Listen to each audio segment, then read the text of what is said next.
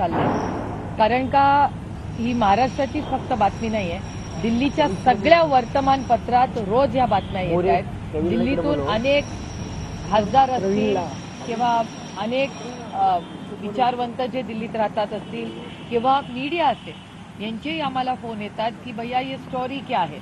त्यामुळे अर्थातच ही आता फक्त महाराष्ट्रापुरतं सीमित राहिलेली नाही, देशामध्ये अस्वस्थता झालेली आहे की नक्की महाराष्ट्रात चाललंय काय. आणि ह्या केसबद्दल, या हत्येबद्दल दिल्लीमध्येही प्रचंड चर्चा सुरू झालेली आहे आणि त्याच्यामुळे महाराष्ट्राच्या सरकारने ऑफिशियली येऊन एक ऑफिशियल पारदर्शक खरं स्टेटमेंट महाराष्ट्राला देण्याची गरज आहे.